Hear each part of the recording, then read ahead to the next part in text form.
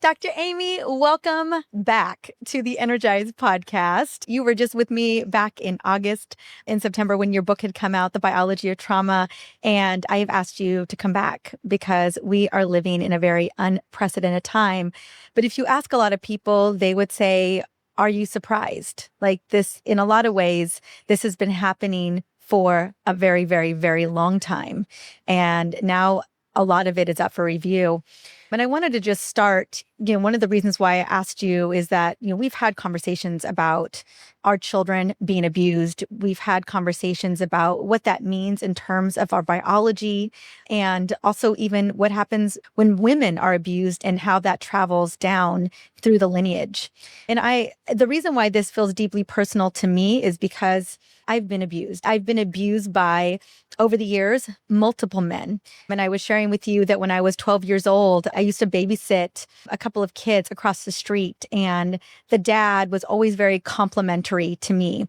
And one night he came home when the kids were asleep. It must have been like midnight. And he was high on cocaine and alcohol. And this man was a linebacker. He had played football all of his life, or all of high school and college, and was built that way, and had tried to sexually assault me in the house. And only because he was so messed up on drugs and alcohol was I even able to. I remember he had me in a hold and I slunk out and I literally ran. I was across the street and I ran across the street that night. And I remember knowing I could not tell my dad and his wife, because it was already an abusive household that I was living in. And I knew that they were just going to blame me for what had almost happened to me. And I think about how many young women that I've met over the years, teenagers, women in their 20s, in college, who have been sexually assaulted or almost assaulted and didn't tell anyone because they were afraid that they were going to get blamed or no one was going to believe them. And so this is why it feels deeply personal, because there are so many women, whether it's the Epstein files or just around the world, that are reliving their trauma right now through what is being depicted everywhere, knowing that justice never happened for them, and it's just hitting them so hard. And so this is why I felt we need to have this conversation today, and I'm just so happy you're here. I'm happy to be here. I'm not happy that we need to have this conversation. No, but I'm definitely happy to be here. And there's so much to this. And you're right. When things happen, we get re-triggered. Mm-hmm. And that will always happen until we have found the resolution and the healing that we need for that story and that experience in our life. And this is why the body gets stuck. And this is why it eventually develops disease and diagnoses, is because underneath the surface, we never had that chance to reset fully back to safety. And so we need to have a conversation about that, because there's a lot of people that find themselves triggered and discover new layers of unresolved trauma. How are you feeling right now?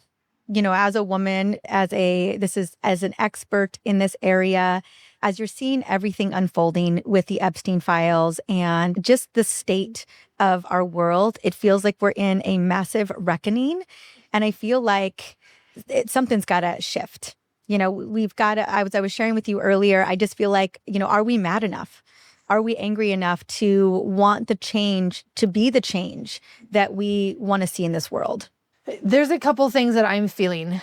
Anger is definitely one of those, because there were clearly people in positions of authority who had a voice and who could have said something and chose not to. And that makes me angry, that people were then hurt and continued to be hurt because the people who could did not speak up. And yet at the same time, probably more than anger is sadness, because I see that this is not limited to this situation at all. This is human nature. I mean, we can look back at World War II and the Holocaust. This is what we say about the Holocaust, is that no one chose to speak up until there was no one left to speak up.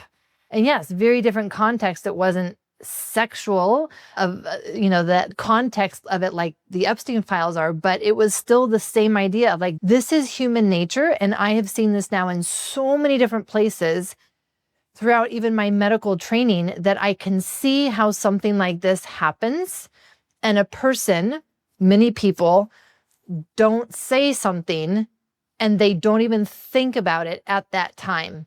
And to me, that's very sad that we have a society, we have a culture, we have a world where it's not that clear at that time, because everything is so muddled about how we see women, how we see men, how we talk about people behind their backs when we don't think that they're watching or listening.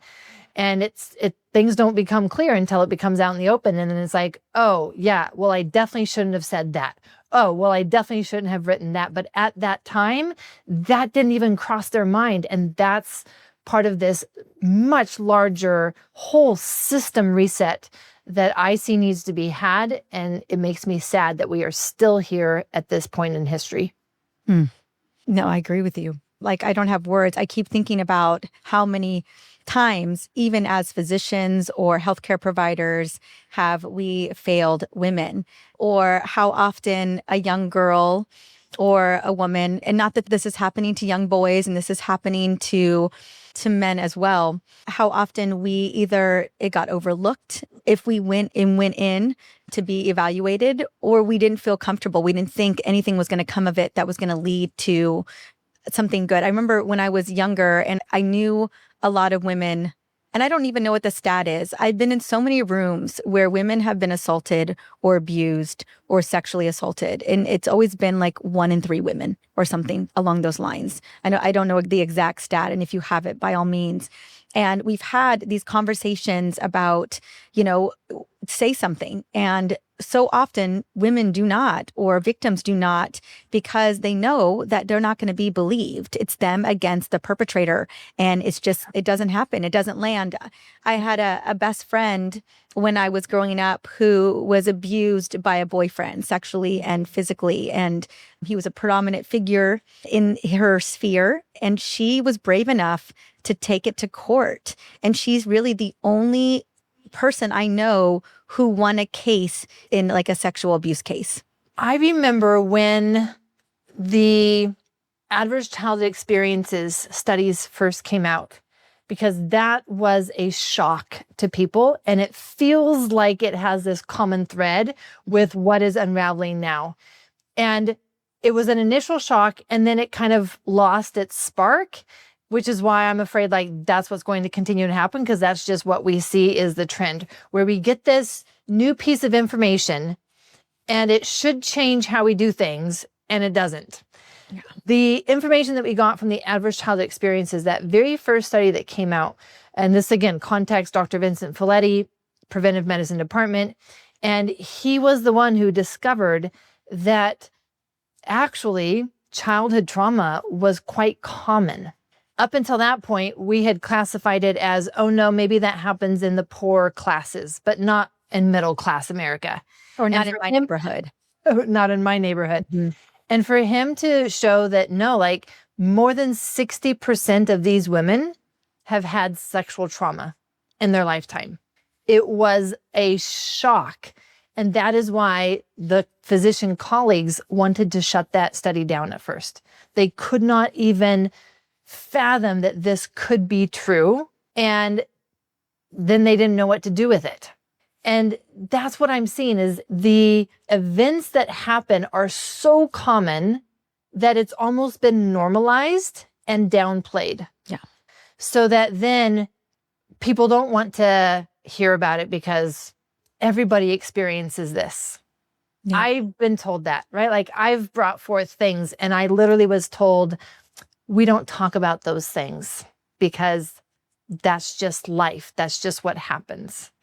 And so for us to then see that we don't have a voice, but I would also argue that for many of the men, it can be the same, because they are molded to not have feelings. They're molded to be a certain way. And so they also experience their same type of trauma. And there are many men who had sexual abuse as a boy and were never able to say anything about it. I mean, do you remember the shock when it came out about all of the things with the Catholic Church and the yeah. priest? So I went to one of the schools When I was 11 years old, the altar boys in my class, it was 5th and 6th grade, were being abused by the priest. They had been rotated over to our school.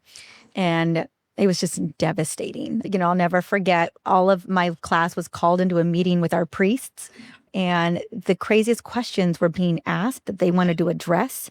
And I was like, what is going on right now? And come to find out, they were trying to kind of clean up, any questioning or thoughts around, these boys being abused. And so this for me feels very similar, where the shock that priests could do this. Yeah. Because we have a certain idea about a priest. A Catholic priest especially.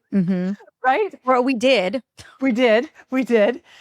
And it's the same shock that I see happening now with certain individuals that have been named in the Epstein files.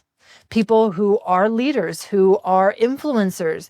And we have seen them as like, well, if you're that, then you're this. And to come find out that they're not just that, like there's also this whole other side of them that we didn't see. There's been so much, I think, of what we do as humans, and perhaps more females than males will do this, but we've associated authority with, I want to feel safe with you. And there is a common theme in women who have been abused, that authority is now associated with danger. And this is the type of situation that pokes and triggers that all over again. See, I told you, people in authority cannot be trusted. People in authority are doing something behind your back. People in authority are dangerous, cannot be trusted. And it's the same type of thing that happened with the Catholic priests. And see, people in authority are dangerous when we've had these previous experiences that gave us that belief. Yeah, and I'm seeing this play out. It's a lot of what I've seen on social media, particularly around the longevity practitioners or the longevity movement being very male-centered, and how, again, a lot of medicine has been very patriarchal, and the way that we're even looking at longevity for women is really based on men. And so you have this figure who is falling from grace right now, and who has really I've been the definitive expert in longevity. And when we kind of unpeel the layers, we realize that a lot of it wasn't applicable to women, or that it was in terms of us looking younger or being ageless, and more from the perspective of what men would want. And so I'm seeing a lot of that, men who hold authority, particularly in longevity, maybe women shouldn't trust them because they don't have our best interest at heart. And yet I think back on world's history. When has that ever been different? Yeah, no. It's I mean, yeah. It's not like it was different before and then it's gotten bad. Like, this is how it's always been. Even when you read the ancient literature, you can go back. Even when you look at, the culture and some of the very ancient cultures that are still preserved around the world, it's like that is still how the woman is portrayed. Like, that is her role. And a man's role is to, protect her and to be that safe guardian. But her role is to be the pretty one.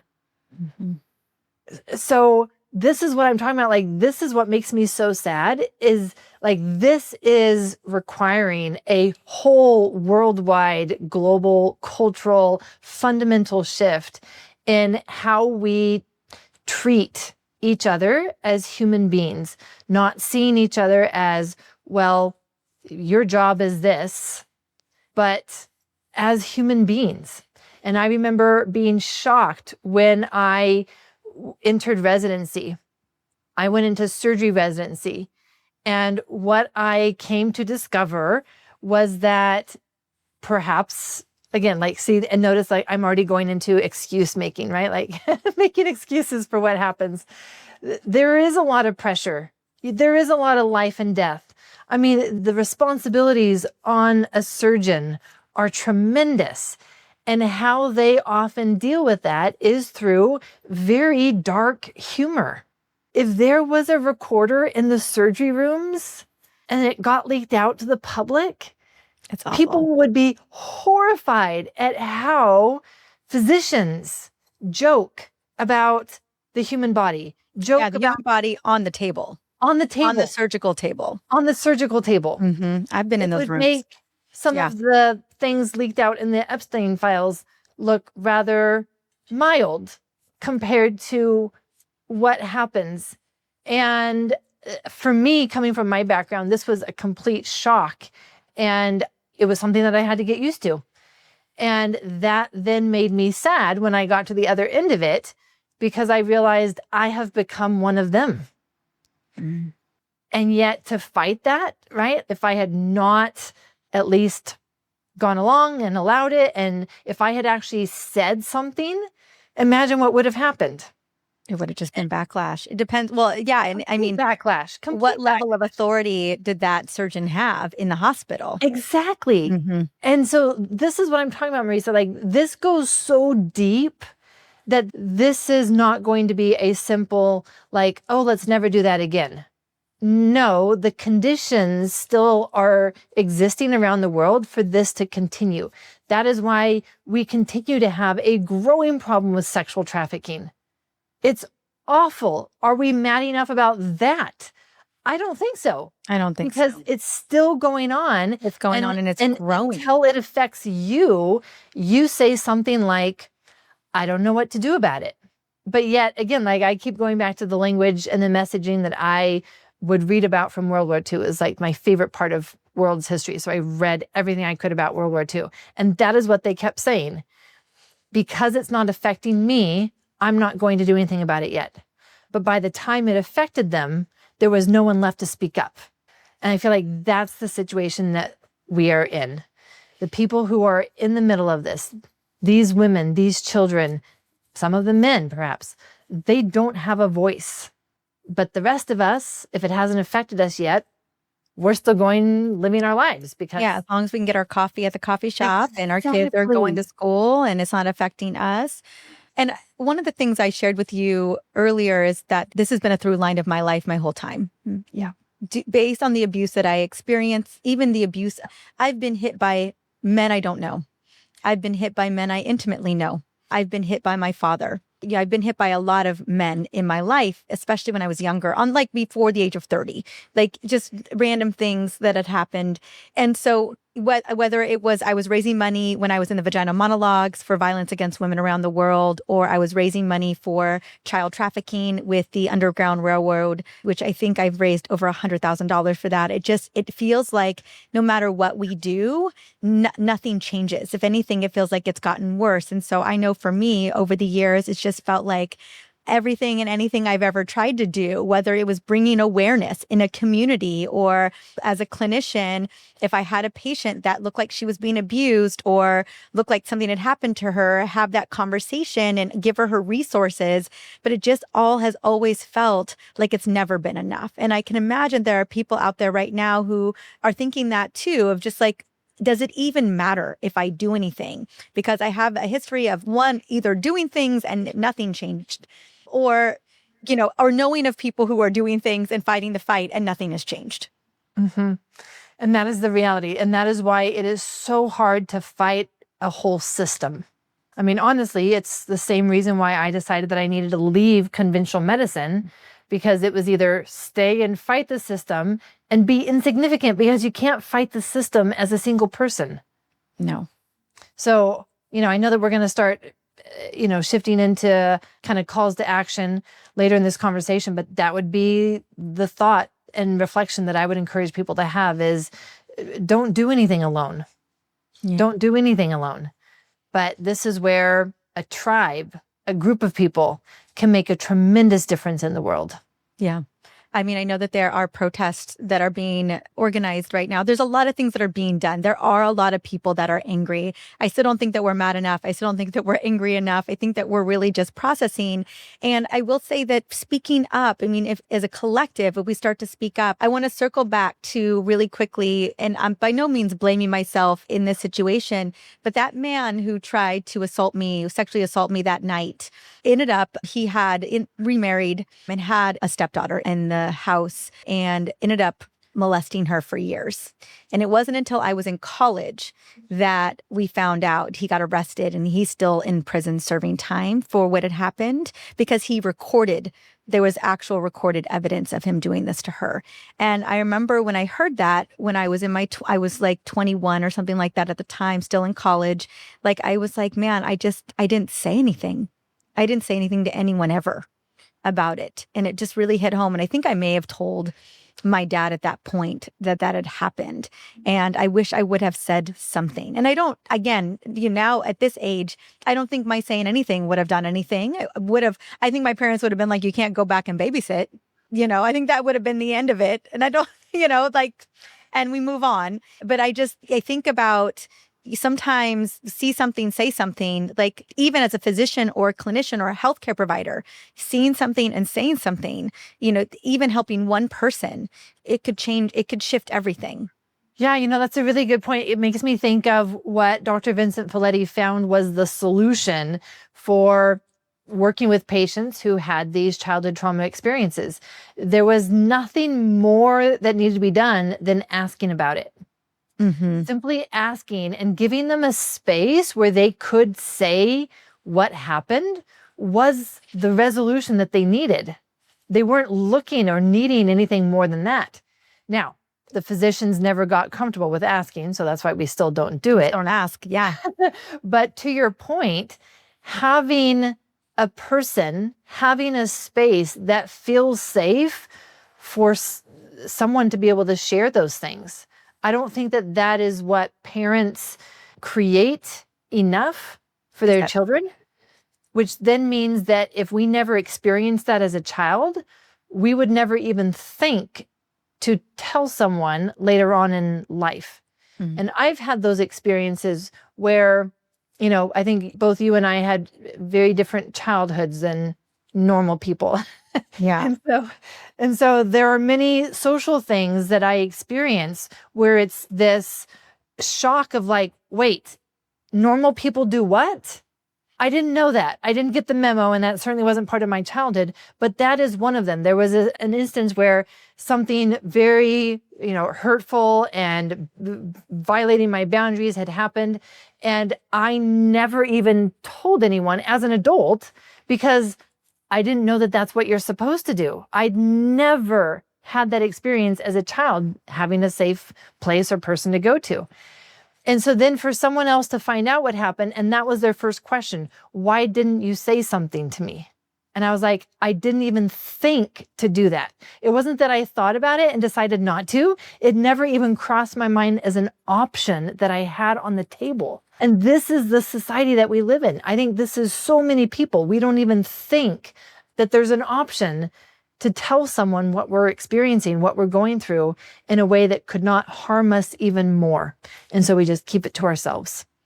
Yeah, I know there's a lot of moms that are listening right now. A lot of moms who have little boys and little girls. We're in an age right now where I don't think I'm going to let my son do a sleepover. There's a lot of that's being negotiated with a lot of parents across. Right now, he's probably never able to leave the house or your side for the next 35 years. Well, that's kind of true in a lot of ways. Like, I know you. I got your number, girl. And he doesn't want to go. He doesn't like, we were playing hide and seek at the playground the other day, and hide and seek is him like being behind my back. Right. Or I have a little, like a 5 to 8 foot radius that I can go, and he has to see a part of me. Like I can't actually hide. But it's interesting. We're really mindful about the way that we have these kind of conversations. But more so, we're always talking to Kingston about really always being a safe haven for him, that there's nothing he could ever do, nothing ever that he could do wrong or that he thinks he's doing wrong that he cannot tell us. I think one of the things I know that we say every night is like, is there anything that you could ever do that, we say it better than that, but basically there's nothing that you could do that could ever change our love for you. And we reiterate that every single day, because I know there's going to be a day where something comes up, where he's going to see something or, he's going to hear something and he's not going to be sure about what to do about it. And we want him to know that we are always a safe place to land. are there things that we should be thinking about as parents right now to prepare our kids? Because whether we like it or not, whether we want to look at it or not, there's children around us are being abused and we don't know it, whether it's friends or it's other kids in school, or it even could be one of our kids. I know that there's so much cyber assault that is happening now, ever more than ever before. I think the average age that a little boy sees porn now is like 6 to 8 years old. And so, these stats are a reality in the world that we live in, and children are being, I don't know, I feel like we've normalized this level of abuse so much that it's shifting how children are being, I feel like more and more children are being, I wouldn't call it attacked, but pursued, because I think as a society, it's becoming more open. I wouldn't call it openly okay, although I do hear rhetoric around this that I'm just so disgusted by. I don't have words, but that all of a sudden we're shifting our okayness around this or normalizing this. I'm having a hard time finding my words, but I just feel like more than ever, we have to protect our children. And one of the ways that we can do that is letting them know that they can come to us. Mm-hmm. Absolutely, 100%. And there is so much that parents can, and I don't ever use the word should, but I'm going to say the word should here. Mm-hmm. Parents should be doing in order to protect that space and make it sacred, that their children can come and tell them anything.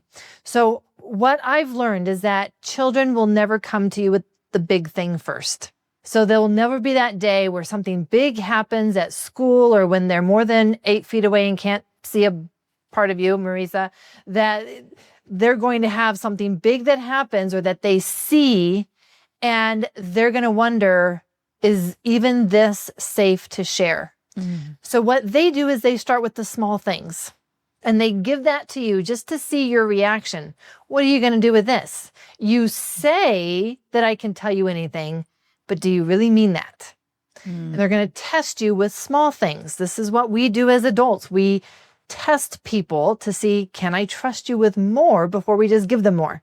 And when they tell us something that they did wrong, for example, I broke the vase in the living room, can they come and tell you that?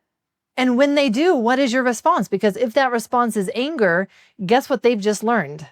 It's not actually safe to come and tell them anything. So when that big thing happens, they're unsure about it. They don't know if this could get them in trouble. They're not going to take the risk, because even with the small things, she gets me in trouble for telling on myself. So we want to encourage them to tell on themselves. And that is how you know that you have a healthy relationship with your child. If they will come to you and tell on themselves before you find out. Just because it doesn't feel good. It feels icky inside of them to have this secret that they haven't told you yet. And that's when you know you have an embodied child, someone who's in their body feeling that icky feeling of having a secret. And because they want that icky feeling to go away, they come to clear up the relationship, to repair the relationship, and feel safe to share that with you. I love that. I hear that. Ooh, that lands for me as well. One of the things we ask Kingston every day at dinner time is, what felt really good about today and what was something that was hard today. Always, and just really holding safe space for whatever comes up in those moments so that he feels really comfortable telling us the challenging thing or the hard thing or the thing that didn't feel very good that day. Because there's always something. I always find there's always something, and maybe it's often just a small thing, not to them, but, in the scheme of things to us. And so just kind of creating that space. I want to shift gears for a moment just because I just wanted to share what we can do as moms and as parents, because unfortunately this is happening, and especially as our children are heading into the teen years and they're maybe not saying anything to us about it.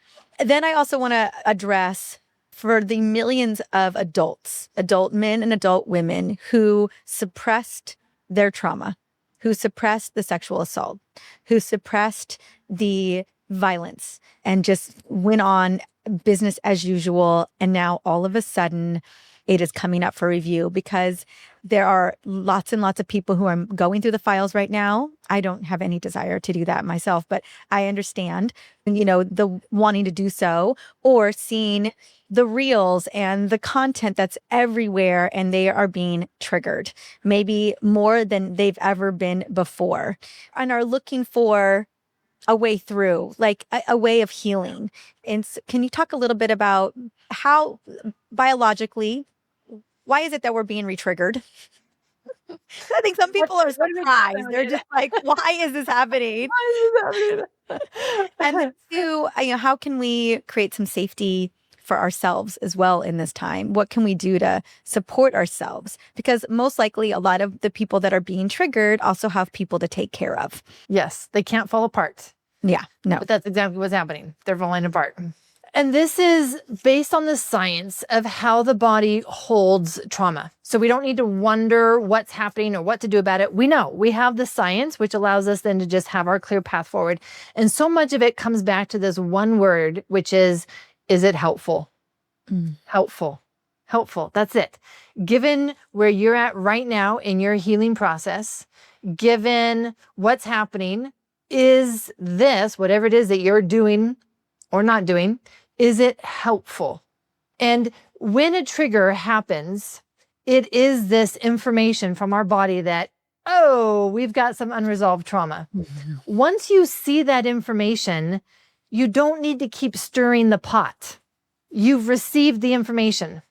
Yeah. And so now you are entering phase 1 of the healing journey, because phase 1 is going to be that first step towards healing what has not yet been healed, which is why it got triggered. If something is resolved and healed, you're not going to be triggered about it. So this is revealing a new layer. Perhaps you've already done some work on it, but this is a new layer that is unfolding, and you move through the same 3 phases of the healing journey, which is first phase, you've already said it, safety. Now, as you are seeking internal safety, will it be helpful to be in the midst of all of the ongoing reports and in the files and on the social media, and you can't stop watching these reels? Is that helpful? I would say no. As the expert on the nervous system, I would say no, that is not helpful, because that is never going to move you towards feeling safe. That's going to continue to move you feeling farther from safety. And so this is where you have to take responsibility for yourself, and you have to say, this is no longer helpful. I'm going to stop doing this. I'm going to push this away, not in avoiding it, but in I need to create my internal safety. That is the most important thing for me to do, because otherwise I'm going to continue to make decisions from a place of fear, of scarcity, of seeing the world as a dangerous place right now. That's not who I want to be in the world. So I need to come back and I need to find and create my inner safety. Then I move into support.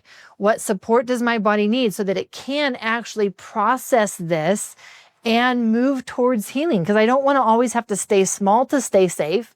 And now I'm going to forever need to avoid any trigger around that because it'll poke the bear. No, that's not healing either. Healing is not staying small to stay safe. It's finding that safety, but then layering in the support on a biology level, on a somatic level, on a mind level. Those are all the 3 levels that allows our mind and body to then have the energy to actually process, to actually resolve, to actually then be able to go back out into the world, which is the 3rd phase, expansion, and live and do differently. And this is where I see people who have done such powerful things based on what used to trigger them. I'm thinking specifically of someone like Harriet Tubman. Talk about abused as a child. And yet she was able to transform that into the energy and the clarity and the focus to run the Underground Railroad system and save how many hundreds of slaves, not from a place of hatred, from a place of love. I think of Helen Keller, same thing. having blindness. She experienced so much overwhelm as a young child. It made her have a very strong, what we would call in the therapy circles now, attachment disorder. She was one of the worst children out there. Anne Sullivan, she broke Anne Sullivan's finger biting it as Anne was trying to help her learn how to speak with sign language and communicate that she wanted a glass of water. She broke her finger. And yet that allowed Helen to be able to do her inner work and then become one of the largest female philanthropists at that time, doing good around the world. So we have these models for what it can look like to go from abused, broken, angry, triggered to I am so operating from a place of fierce love that I'm changing the world because I've also done my own work on the process. I love that process. I'm glad. And I know that this is exactly what your book, The Biology of Trauma, is all about, is helping people to walk through this process. And so I also want to talk about resources that are available right now, because I know people are, as they're trying to figure out how to heal their bodies, or they're being called into healing, hopefully not ruminating, although I think there's a lot of rumination that's going on right now. And it's hard because it's very click-worthy. It's all over the place. You can't escape it. So I get that. But are there resources that you feel confident in to recommend? You being one of them, I think a great resource. But anywhere else, maybe even I would say like anonymous resources that we can tap into. There are so many resources, and I think there are resources even within communities. Yes, there are. Yes. Neighborhoods that I'm not aware of. I'm not a part of that neighborhood or that community, but I know that there are places and there are these groups of people. I remember also when I did not have any community, any group of people, I started going to 12-step Al-Anon meetings.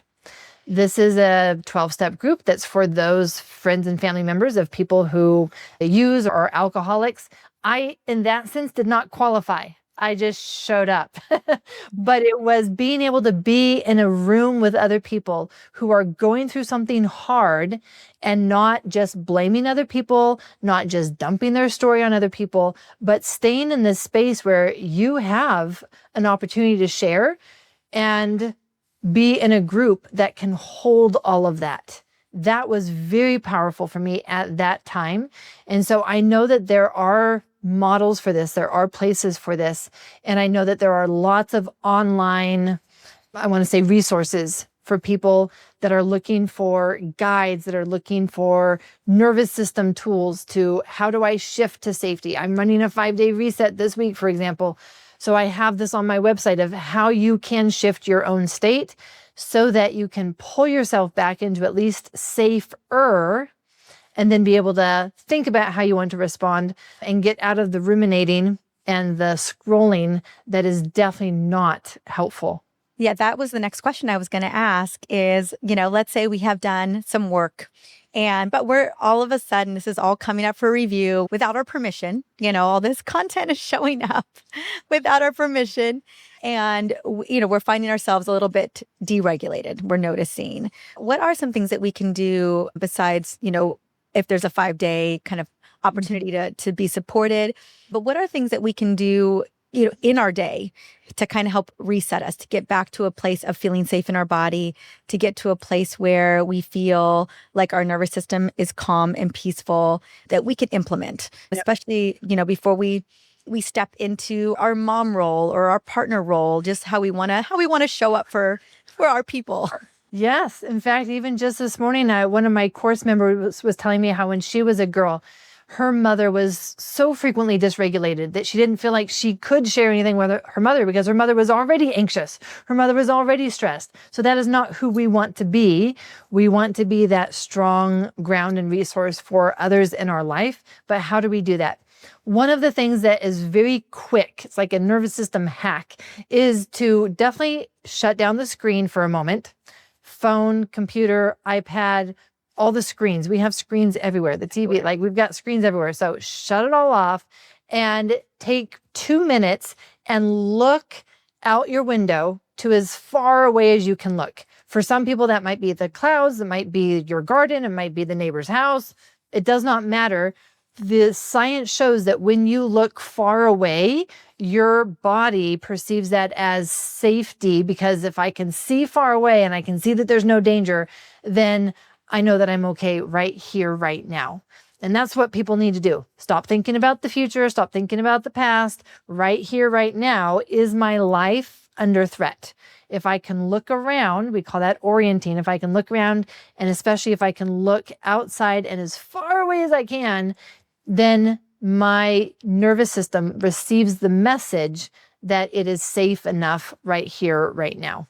I also use a lot of weighted products. So I have a weighted lap blanket. I have a weighted neck shawl. I have a weighted this. And that actually helps a person come back into their body. And when we are doing the ruminating and the scrolling, we're up in our head. And to be able to drop back into our body allows us then to re-regulate ourselves. And so even just using weighted products, if you're sitting around, just throw a weighted lap blanket on. It can work for you in the background. So those are a few tricks that people can do. I love that. I use weighted objects all the time. I love the somatic work. And that really, I want to touch upon, I know a lot of people have tried cognitive therapy.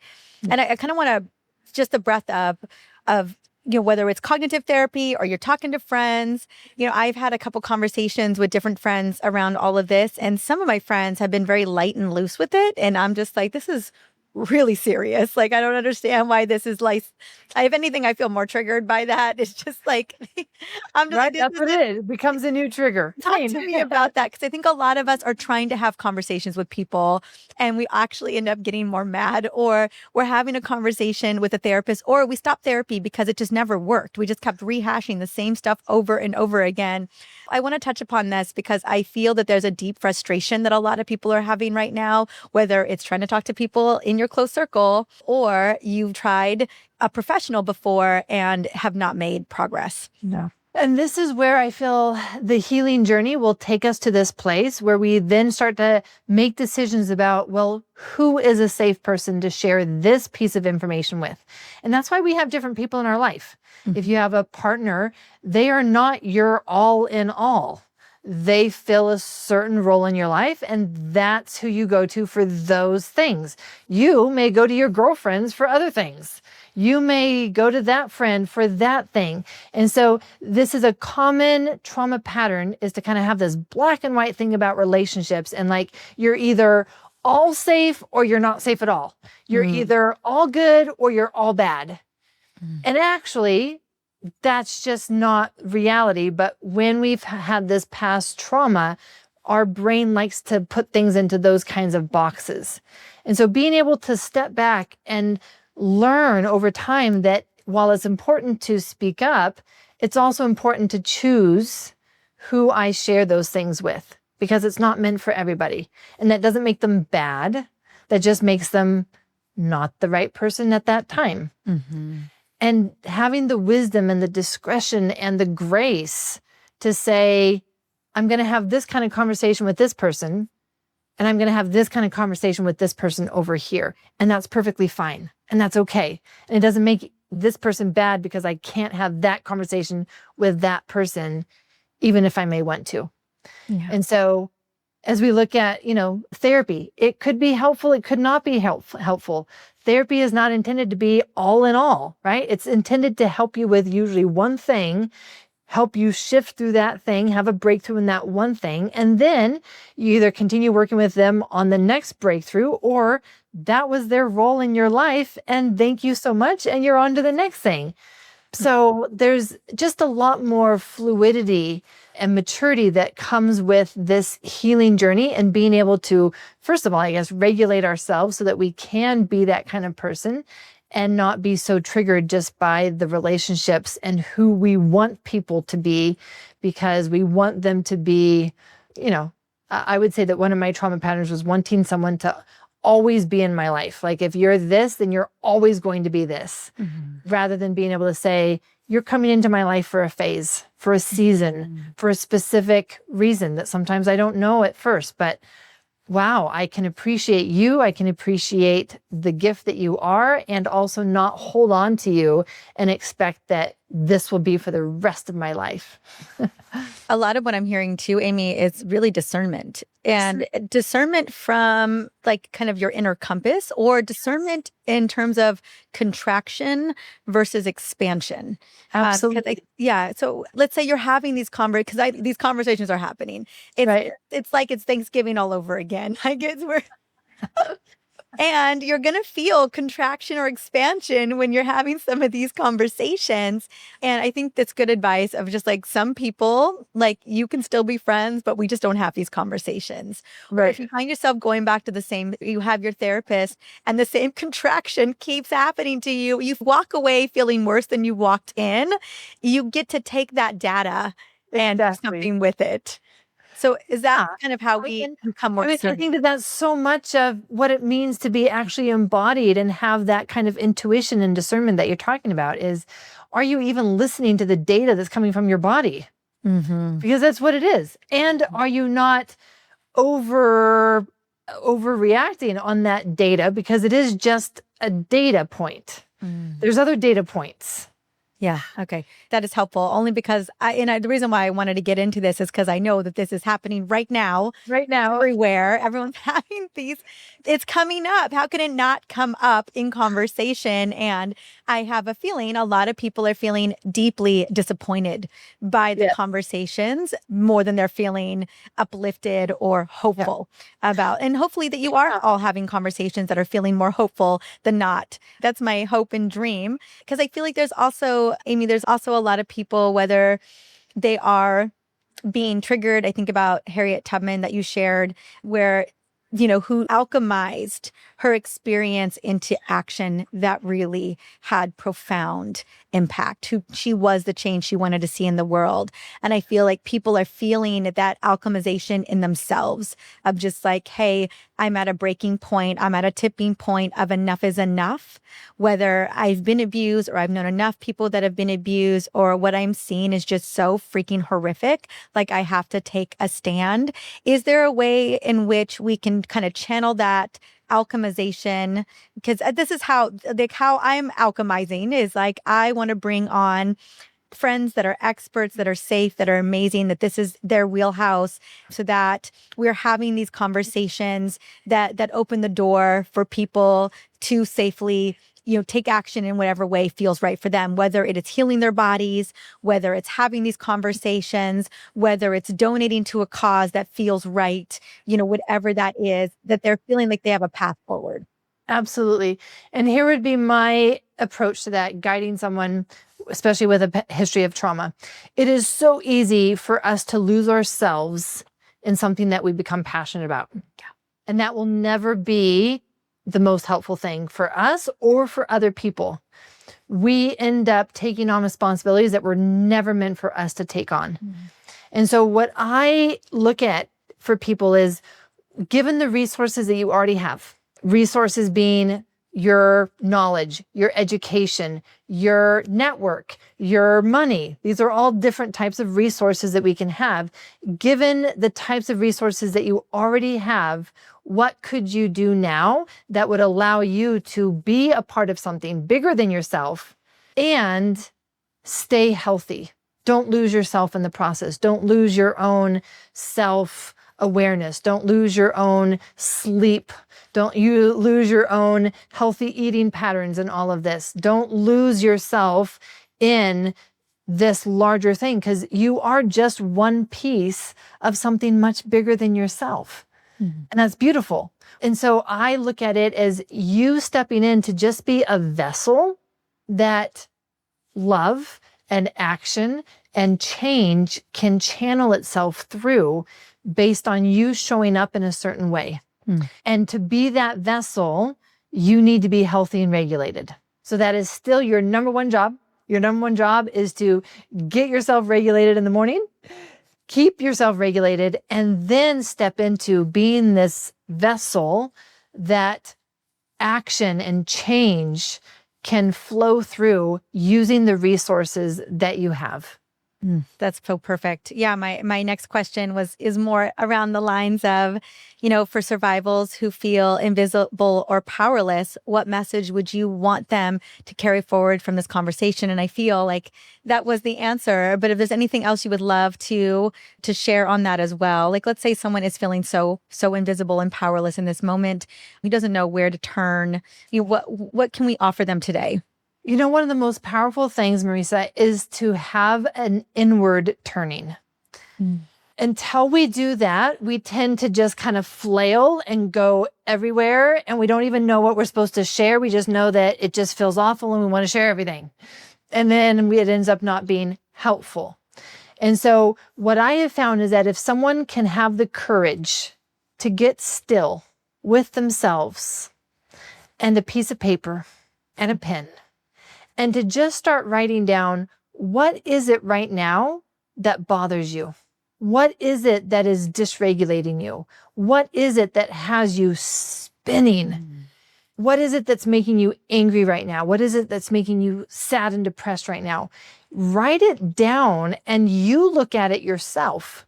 Because now that we're adults, it is just as important to tell us our stories as it would be to tell someone else.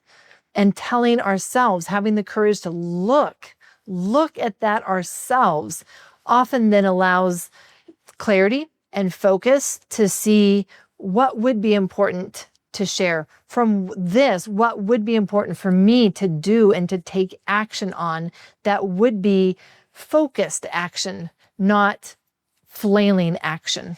Reactive. I always think of like kind of reactive action. You just kind of, what is it that you Fantastic, like, wah!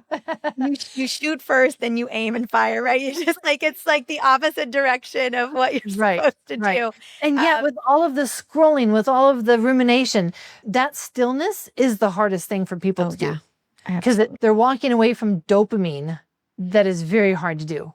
To go from that exciting dopamine, adrenaline to stillness. It's so uncomfortable. And that is why very few people are actually able to step into that process for their healing. Do you find it helpful to, let's say someone isn't as, I know journaling it comes up for people. Like it's one thing to be in stillness, it's another thing to write it all down. Do you ever recommend, if that's something that somebody's struggling with, is to maybe voice memo, like to get it out on paper via words, but then delete it? I have found many different ways to accomplish this same thing. And even for myself, I don't sit down and I journal. I go on a walk and I take a notepad with me. And I'm just writing down headlines. Obviously, I'm not writing down whole paragraphs because I'm walking, but just being in movement, still within myself.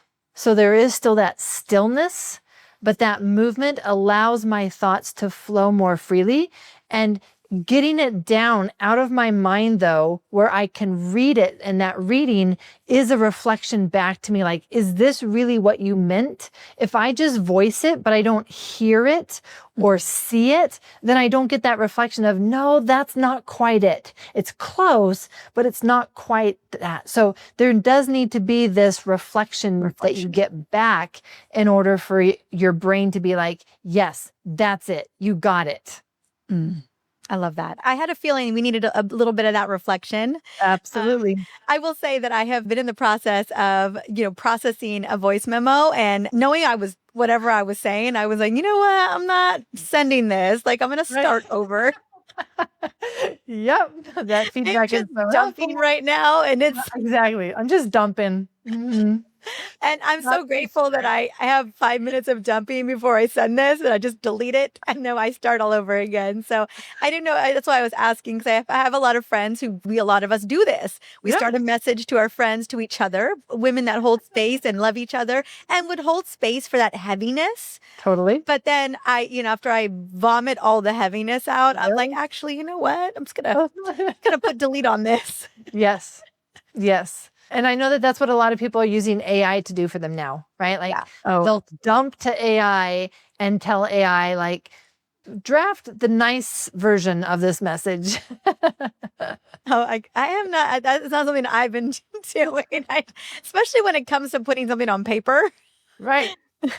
Yeah. Interesting. I love But that. you know, like, I feel like that is one aspect of what has happened with these Epstein files that has not really been talked about much, is that I think the majority of people have done things in their lifetime, certainly have said things, certainly have written some things in emails that they would never want people outside of that internal conversation to see.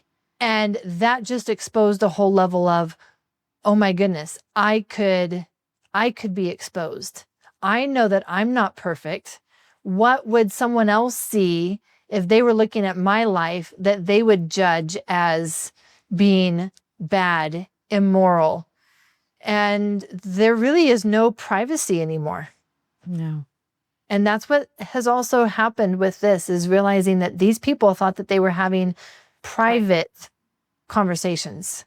And everyone else right now who has something in their life, whether at the moment or in the past, that they would want to stay private, has just had that realization that nothing is really private, increasing their background sense of danger of this might be found out. And what would people think? Yeah, that I'm sure everyone's thinking about that right now. Yeah. Which again, all the more necessity to be able to create your own inner safety. Yeah. You never know. You just never know. You never know what's going to happen in life or when it is going to happen. And so, you know, studies are showing that for people who have a dysregulated nervous system, at the time when a new loss or grief happens, are the ones who are more likely to get complicated grief, meaning they never grieve, they just get stuck in the grief. Whereas if you have a regulated nervous system going into it, you didn't know it was going to happen, but your nervous system was regulated at the time. You're the kind of person or the kind of nervous system that will move through that grieving process and not get stuck. And so that's what I look at. It's a big concept for me in the biology of trauma is, what is your pre-existing state? Because that determines more of the effect and the outcome in your reaction than anything else. What is your pre-existing state? Once it happens, it's too late. Yeah. It's too late to change your pre-existing state. The work to change that is now. Yeah. Is now. Mm-hmm. One of the last questions I want to ask, as there are friends that are listening, partners that are listening, family members that are listening, who want to be a safe space for those healing from trauma, who know about their friends, who know about their family, and who know that this is probably bringing a lot of things up to the surface. How can we as friends and partners and family members, soul sisters, hold space? Is there something that we should say or not say? I mean, there's a lot of things we should not say. Let's be honest. There's a lot. I feel like there's a lot of people saying things that they shouldn't say. But is there something that we can say that just says, "I'm here for you"? Like, yeah, and not necessarily inviting the conversation to happen, but just making sure that they know that you're there. Yeah. One of the fastest ways to communicate with someone that it's not a safe space to share is to be critical of other people. Because how you talk about other people, what you are saying about other people, they are taking on as like, oh, this is what she would say to me. This is what she would say about me. And so how we talk about other people and just holding space for grace allows a person to then say, she could have grace for me too. Mm-hmm. She could be a person that I could open up and share, and she not jump to conclusions. She not jump to criticism, and nor would she jump to action and reacting. So they're watching you, not maybe consciously, but that's what the nervous system does subconsciously. It's always scanning our environment for who is a safe person? Who could I open up to? And those are the ways in which our subconscious makes that decision. How are we holding space? How are we reacting versus responding to other people? How are we talking about other people behind their back? That's what allows us to either be perceived as trustworthy or not safe. And so the more that we can, again, be in our own love, Mariza, right? Because if I am in my own regulation, if I am in my own true self, if I am in my good space, that's who I'm going to be naturally. I'm not going to have to think about it. That's just who I am. And that's what people feel from us. And they will either feel that they can trust us or feel that they can't. And it needs to be the feeling that we give them, the feeling that we give people. That's such a powerful message. And I think everyone is hearing that right now. It's like, yeah, you really be mindful. I remember, many years ago, I had the friends where everyone was spilling the tea and talking about other people. And that was kind of, when we'd get together, that would be the thing. And, and it never feels good to hear any of that or to be a part of any of that. And I just remember having a moment, kind of drawing the line in the sand where I was like, I will not participate in talking about somebody else. I will not be the person doing so. It's not a high vibration. It doesn't feel good. Always that thought behind you is like, hey, what if they talk about me like that? And then ultimately it triggers a deep, deep sense of unsafety. And so I really do appreciate you sharing that, because you're right. Our sweet nervous systems are always scanning whether things are safe or not. And our little versions of us are doing that as well. And I think that's such a beautiful reminder, particularly in a time right now where things are so sensitive and you don't know what someone's gone through. You don't know. And I think one of the best responses that we can give someone when they do open up is just that calm, stable presence, rather than I'm so angry for you and I'm having this big reaction. That's not what they want. That's not what they need. Maybe down the road, they want to see that it affected you in some way, but in the moment, they just need a calm, stable container to hold what feels really big and really messy for them. And we can be that for people. And that's one of the most amazing gifts that we can do for each other, is to be that stable, safe container for someone else. I love that. I have a book that we read to Kingston, I don't know, maybe every couple of weeks. It's called The Rabbit Listened. And it's about a little boy who's brought blocks. He built this beautiful block tower castle and it got knocked down. And he's just in his emotions and he's just paused in it. And animals come in and every animal's got their own thing. And the bear is super angry for this little boy. And there's a chicken that wants to fix everything for them. And just all the animals. And then the snake wants to like, hey, we should do this to somebody else, to make you feel better. And then, and the little boy's just like, it's a no-go, and so it was, or some animals really outraged for him and, or in blamey energy. And so and then finally the rabbit just comes and sits with him. That's it. Just is there present. Yeah. It's so sweet. It's exactly what you're saying. That just, so, and it's a beautiful thing when we can even teach our children from an early age, what it feels like to have safe space, safety for us to express. I love that. I need to buy that book. Book is beautiful. I'll send it to you. The last question I would love is, what are resources right now that you have available for us? Where can we tap into your resources? Yeah, I've got a guide that could be really helpful for people who find themselves triggered and maybe are surprised that they're being triggered. And this is the guide for how to identify and heal stored trauma. And so again, as a reminder, what we need to be worried about is the unresolved trauma, because that will continue to have effects on our life, on our relationships, and on our health. The resolved trauma is truly resolved. But if you're being triggered about something, that means that it is now back in that category of unresolved stored trauma. And there are ways that you can help identify and then the steps to heal that.